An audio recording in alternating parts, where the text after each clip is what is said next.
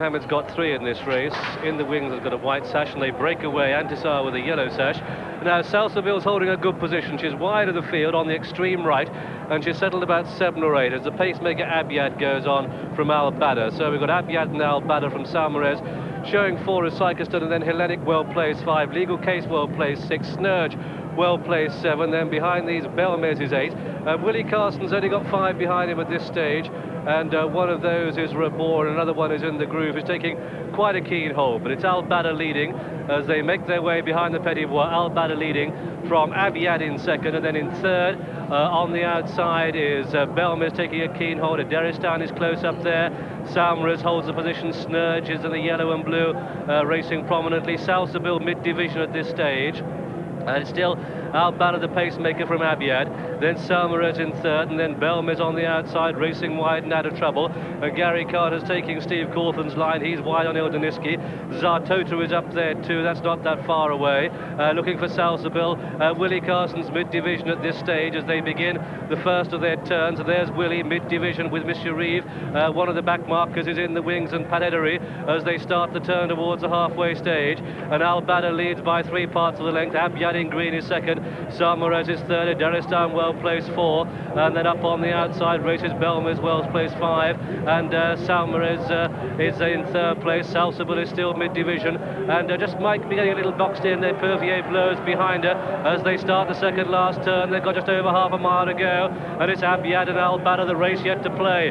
Belmez and Saumarez, and behind these Sikeston. And then Adaristan and Salsabille's tucked in behind a wall of horses.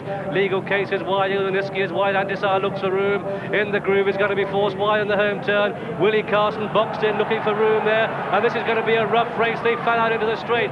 Has Willie on Salsabille found the room and found the pace as Belmez goes for home, a quarter of a mile left to run, but Saumarez runs the rails and that kicks clear, and Adaristan is in mid-deflation. Also coming with a run is Snurge, and on the wide outside In the Wings, but Saumarez has the call, and Saumarez and In the Wings and Antisar, and also coming there is Epervier Bleu in the blue jacket, but Saumarez next to the rails, Epervier Bleu and Snurge. These are the leading 3 as they dash up to the line, and it's going to be Saumarez who holds on to Epervier Bleu.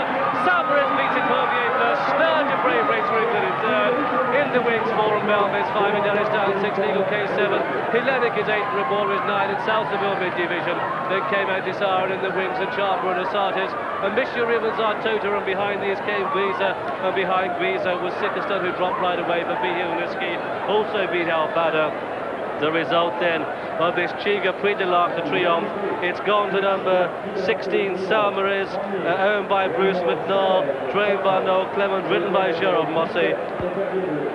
Pervier Bleu, ridden by Dominic Burke. The third horse home for me was Snurge, and fourth was In the Wings, but Saumarez has won it, and there the leading jockeys first and second, Dominic Burke, and on the winner Saumarez, Jérôme Mossé, are congratulating each other. The English brought their largest, biggest and best challenge, and I'm afraid to say we were beaten by this horse Saumarez, which in his early career was owned by Charles St. George and trained by Henry Cecil, but there he is, number 16 Saumarez. He had a terrific run next to the rails, well placed by the aristocratic looking Jérôme Mossé. There he is on the extreme left of the picture, within the wings, putting down a challenge. Salsabille, I'm afraid to say, didn't get the run of the race, but it's Saumarez next to the rails who's gone clear. Surge, not his surge today, I'm afraid. Epervier Bleu comes wide, but it's a one-horse race on this dash to the line.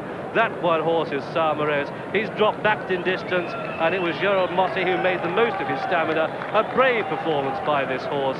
This is Saumarez, and it's Jérôme Mossé who wins the Arc, despite an incredible riding style. Epervier Bleu knows his close home. Yellow colours for England. Snurge is third.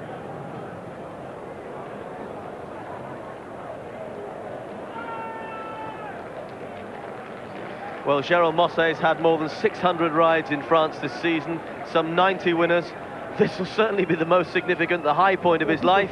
On the horse that likes to listen to radios in the morning, well, John, there'll be some reception for him to listen to when he comes back.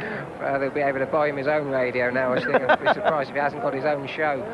and he was supplemented, this horse, for the Arc. That was a brave decision. It's paid off handsomely, and he's been a real credit to Nicholas Clement, who took him over from Henry Cecil when he was sold. Remember, this was the horse that Charles St. George owned early on. Finished second to Blue Stag at Chester.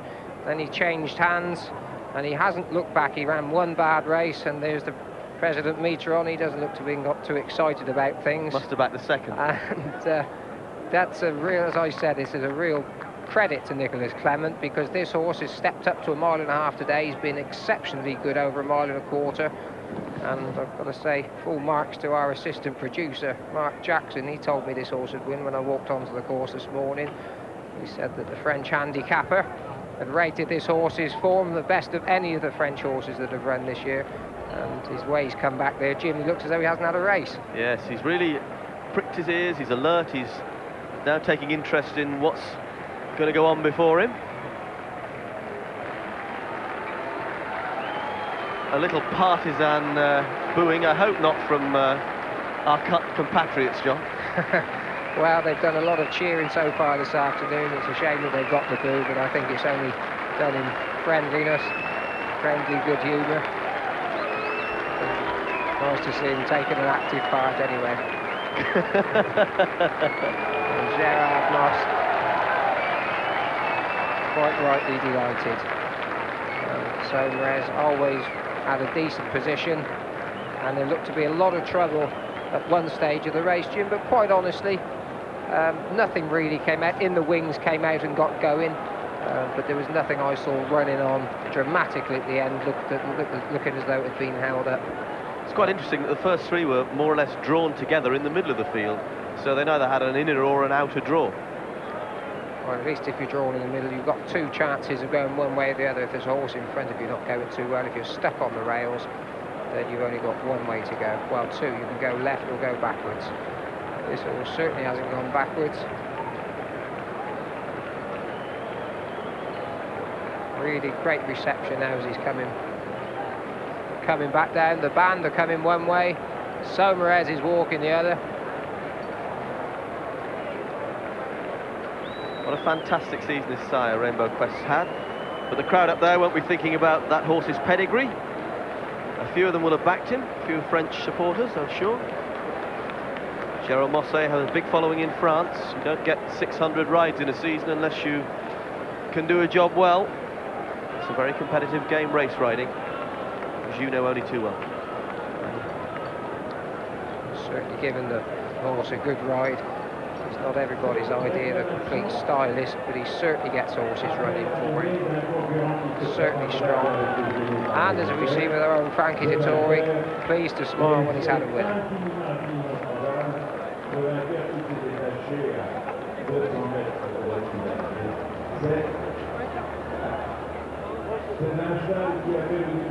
Typically the ups and downs of racing this.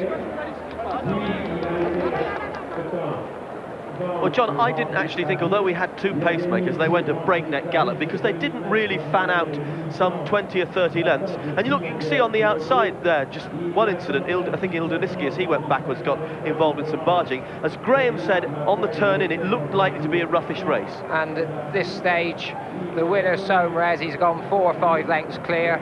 Snurge is kept on, and really just have a look if there's anything that you fancied there.